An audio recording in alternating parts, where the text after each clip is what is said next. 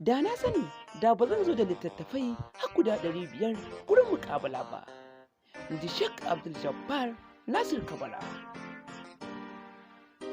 A yau ne ake ci gaba da gudanar da muƙabala tsakanin shehin malamin nan Sheikh Abdul Jabbar Nasir Kabara tare da wasu malamai a jihar Kano.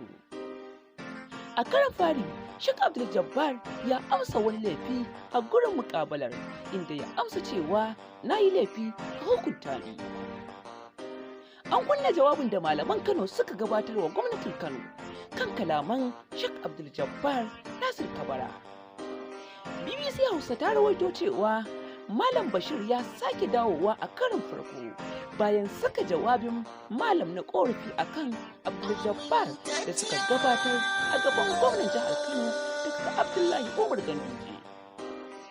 A cikin korafin da suka gabatar, akwai inda Sheikh Abdul Jabbar ke cewa annabi yana da kawaliya, da kuma inda yake cewa wasu hadisai da ya ƙaryata sun ce annabi ya biya wata mata bukata ta saduwa. Sai dai Malam Abdul Jabbar ya kasa kare kansa a cewar BBC Hausa, inda ya ce minti 10 ta yi masa kaɗan.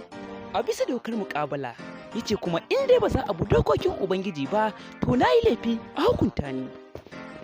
Malamin ya yi zargin cewa ba a sanar da shi tsarin da aka yi na cewar minti 10 aka bayar ba. Har yake cewa da na sani da ba zan zo da littattafai har guda 500 ba, in ji shi. Amma kuma ya musanta cewar annabi ya tura kawaliya don ta nemar masa wata budurwa. Shehin malamin ya ƙara da cewa akwai gurɓatattun hadisai a cikin hadisai.